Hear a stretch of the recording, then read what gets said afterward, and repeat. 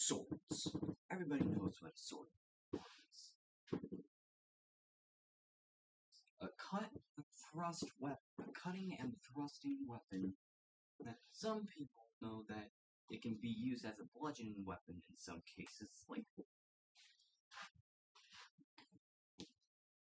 make a hammer against armor, and can also be used as a dagger, cast swording, when fighting somebody against armor. I also see some, some people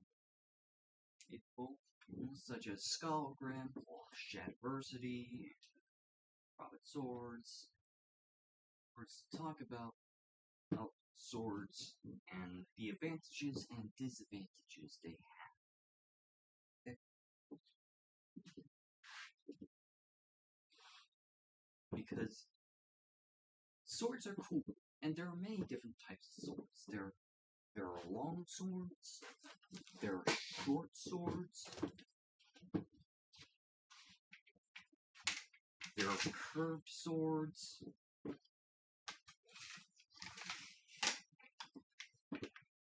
there are a bunch of swords. But what I also see people do is that there are some idiots who don't know how a sword works, how swords work, or how to fight with them. Now, this isn't criticizing anybody.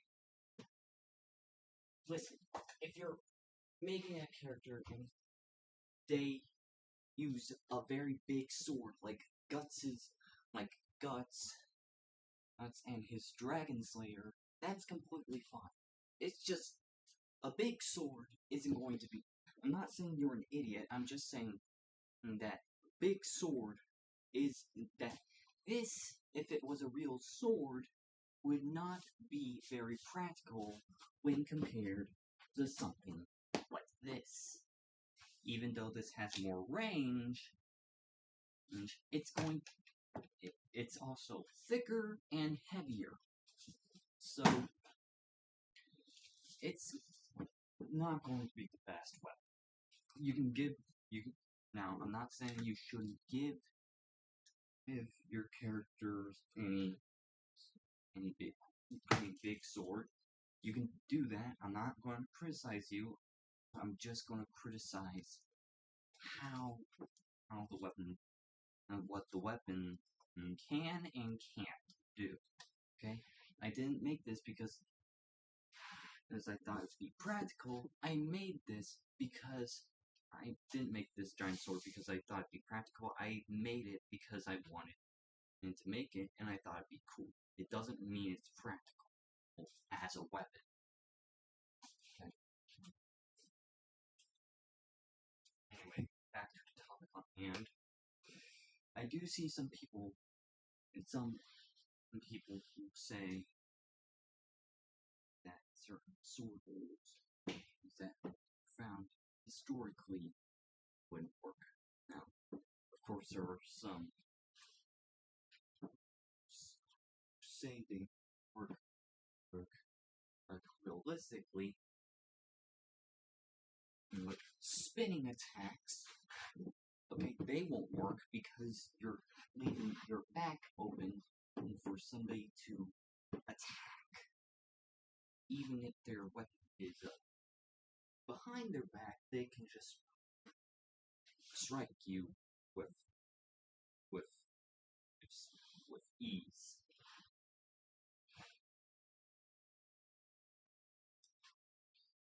But when somebody says that a move like this, when somebody says a move that like this won't work, that just shows that you do not understand how a sword works. Okay, this would work because you'd be knocking your opponent's leg.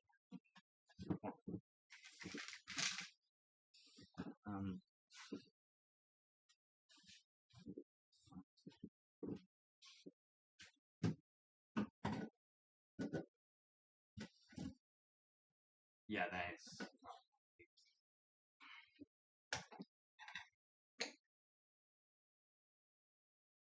Listen, I'm trying.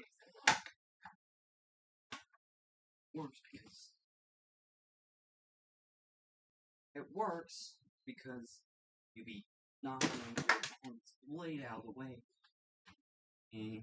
and quickly stab them in the face.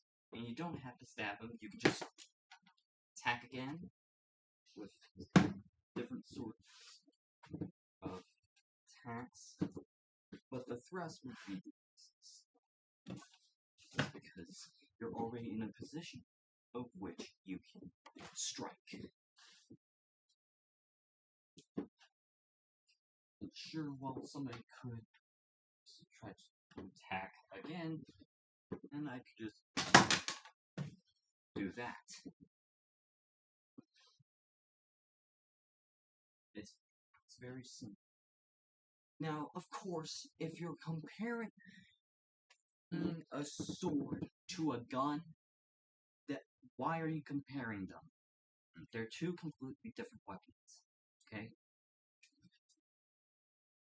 This is a melee. This is a melee weapon. It's meant to be used in hand. This is a ranged weapon. It's meant to hit targets from far away. Now, it isn't just a gun that is capable of doing this. There are also different weapons like the crossbow. Now, sure, it is basically just a gun, but it doesn't use ammunition like most guns, okay? And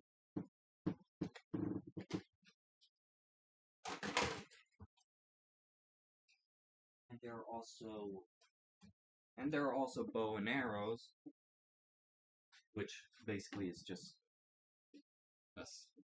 the crossbow, just without the complex thing.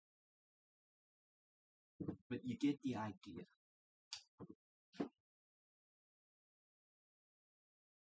But some people just openly think that a move like this wouldn't work in a sword fight. And by that, you can easily tell they have been watching too many Hollywood movies.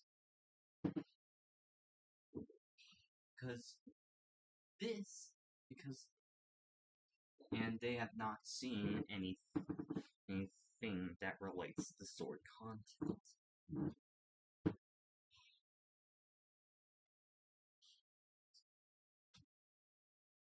And I also see some people thinking that this is not going to do anything when you start the hand, okay?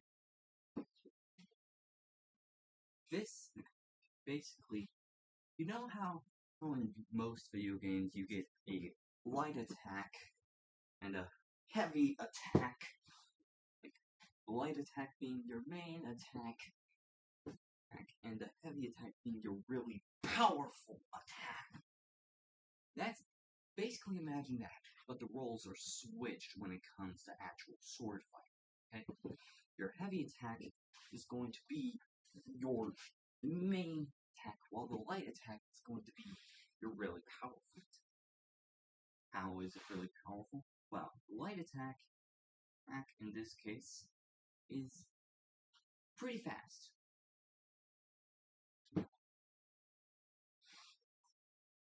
And usually people do this to snipe the hand.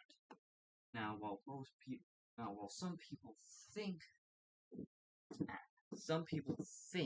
that they can take a hit from that, though that is not the case. Okay? How come? Well,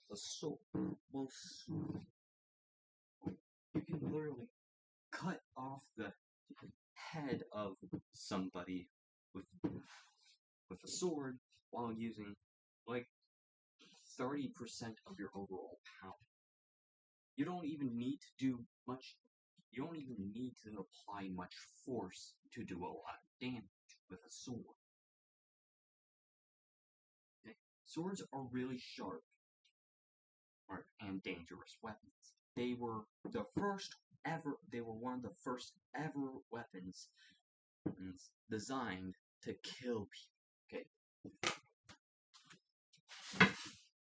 Axes were not designed to kill. Weapons like the axe were not designed to kill people. They were designed to chop wood.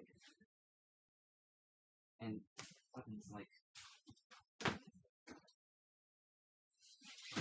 the spear were also not designed to kill.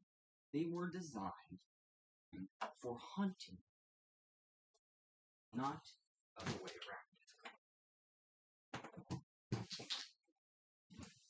But they worked so well as weapons that they eventually had a weapon counterpart, like the war axe or like the war axe. Okay, war axe. The battle axe. Battle axes had a thin head. Okay, so they're very light and can be used effectively while still being very powerful and could cut better. Wood cutting axes, on the other hand, had a much thicker blade. Okay.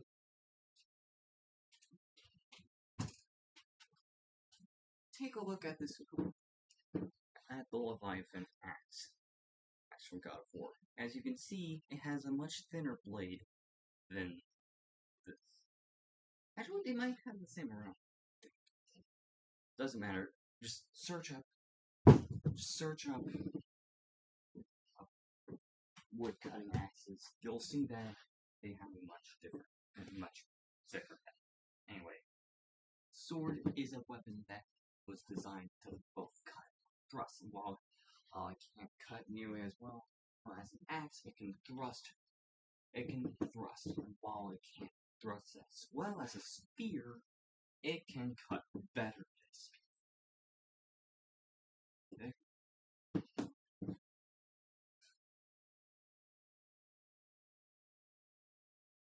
And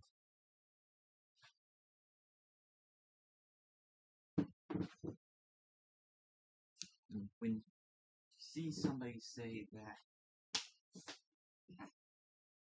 if this happens, when you see this happen, when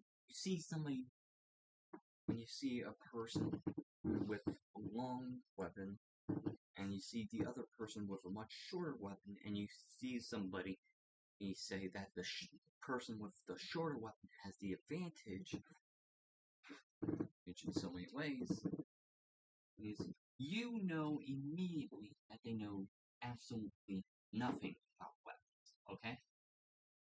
Sure, shorter weapons have the advantage of weight. They're lighter and much more nimble weapons. But this has so many other advantages.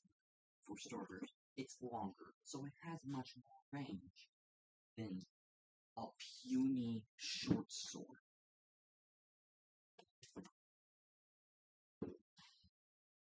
So, also, another thing, weapons like these aren't very heavy, okay?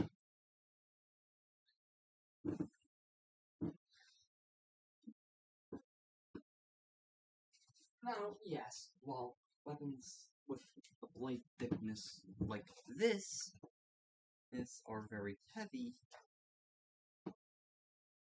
that doesn't... Yes, weapons with blade thickness like this largely implies that it's a pretty heavy weapon.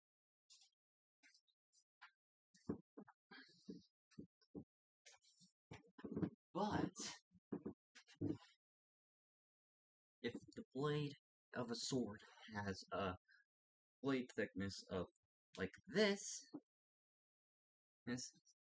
it immediately can tell you that this is a light sword. Okay? In fact, this sword is so light. In fact, if you ever held a sword like a katana, you'll know that it's pretty. You know that it's pretty light. Like, take for example, great swords. They're pretty big, and look heavy, but they weigh around 6 pounds on average.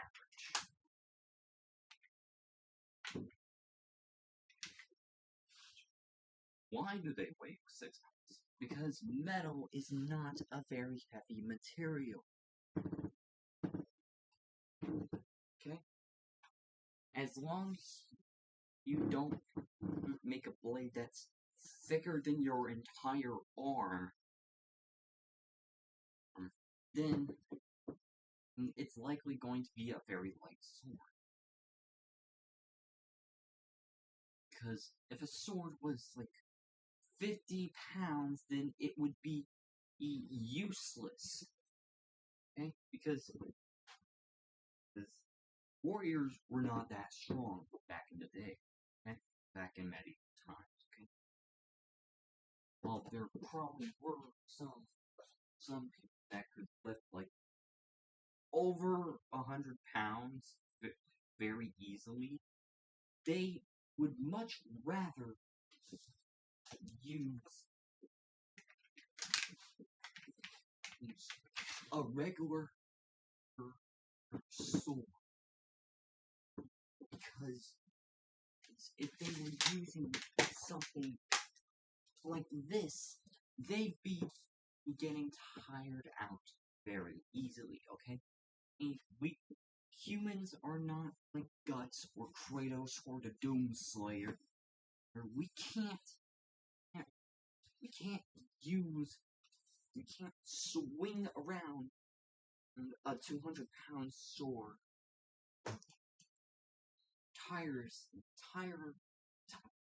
tirelessly for 2 entire weeks, okay?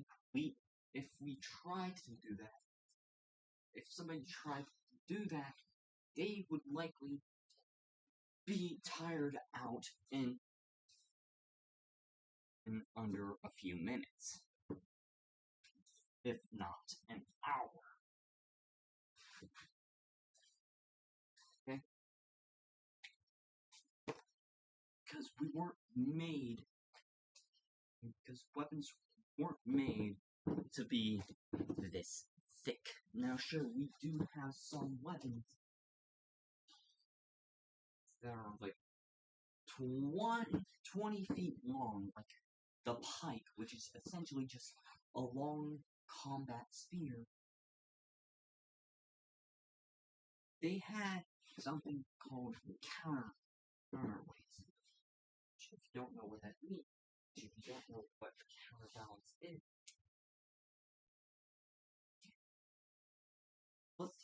with swords, counterbalance would be around here, which is called the pommel. The pommel is not just as there to keep the sword from falling. The counterbalance on swords is not just there to keep it from falling apart. It's also there to make sure that the weight is usually near the handle. Now, yes, there are some top-heavy swords like this, or the katana. This is a top-heavy sword because it was designed for cutting. Most swords you're going to see, like one-handed swords, are usually usually have a counterbalance closer to the hand. As you can see, here, there's more. This part is longer, but this is keeping it balanced despite being shorter than the rest of the weapon. Because it's supposed to be like that. Okay? This is meant to be good at both cutting and stabbing. But some people just don't understand. Now, let's talk about the guard. There are many different types of guards. We have cross guards, we have round guards, circular guards for katana subas.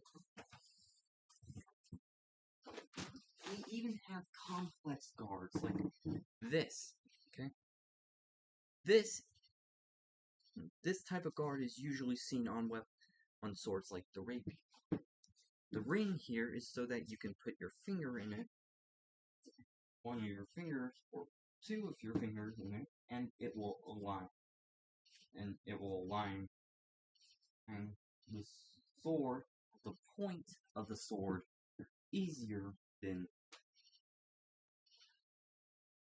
other swords. Okay.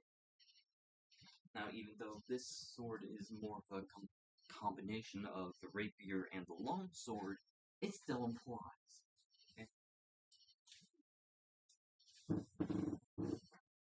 Now, now you might be thinking, why does this sword have rings? Rings on the side of the cross guard here. Yes, cross guards were implemented on other swords. The reason it has these is so that it has more hand protection. And sometimes, on rare occasions, if another blade were to pass through it, you could trap your opponent's blade and control it just enough so that you can win the fight.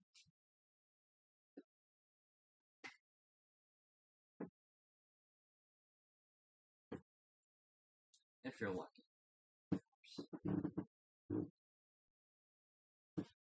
These nunchucks are completely unrelated. I'm just going to swing them around because they're fun to swing around. But sword guards are meant to protect your hand. Now sure, there are some sword guards that are ridiculously small, like take for example this one barely has any protection. That is because they are meant to be paired up with the shield.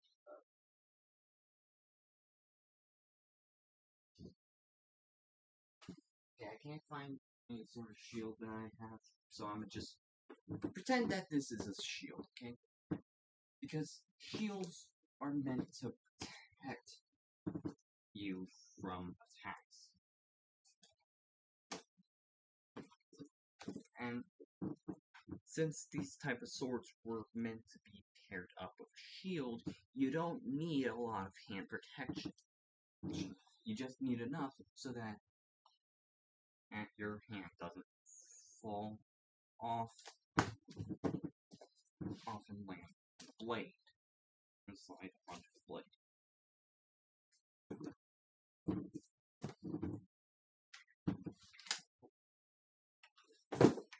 Now, for some reason, the samurai I decided to make their guards round and not really protective, but what I'm guessing is that most of the time they would have armor on, so that includes on their arms, so they wouldn't need that much hand protection. And that the Suba would allow for more movement capabilities, okay? These have their advantages and disadvantages, okay? While swords were rarely used on the battlefield most of the time, you weren't going to be carrying on regular civilian use. You were not going to be carrying a large axe that's around 3 feet long, or a spear that is 7 feet long. You were not going to be carrying that most of the time. In fact, you likely wouldn't be carrying it at all. Which is why, and a sword would probably be the best option in the pre-firearm in medieval times, before firearms were even a thing. Okay?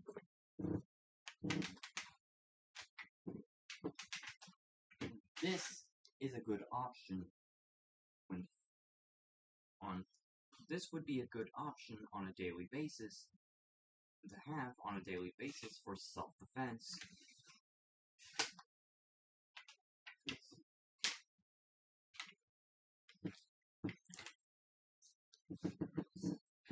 Back in medieval times.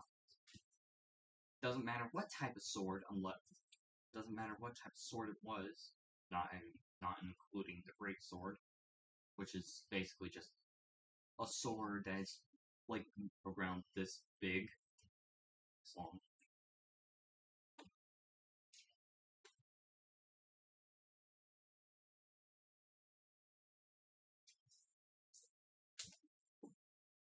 But yeah, you get the point, okay? In medieval times, moves like this would work really well.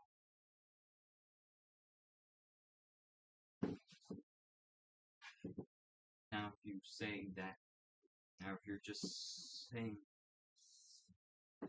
if you're going to be mentioning guns, that's a completely different topic. Everybody knows that a gun is better than a sword, or what other melee weapons that exist. Okay, everybody knows that. But if you're just going to comment gun on a video about swords, you're going to immediately get destroyed. Whether it be through comment or video, it doesn't matter.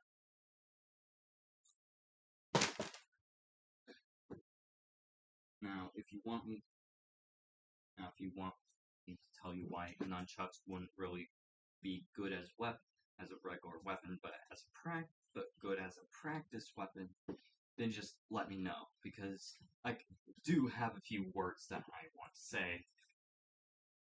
That nunchucks might be good at one thing, but terrible at the other thing. Okay?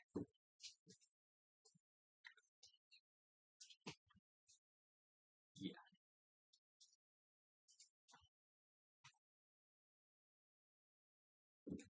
Anyway, thank you for watching, and I hope you learned something. At least learned something. Okay, bye.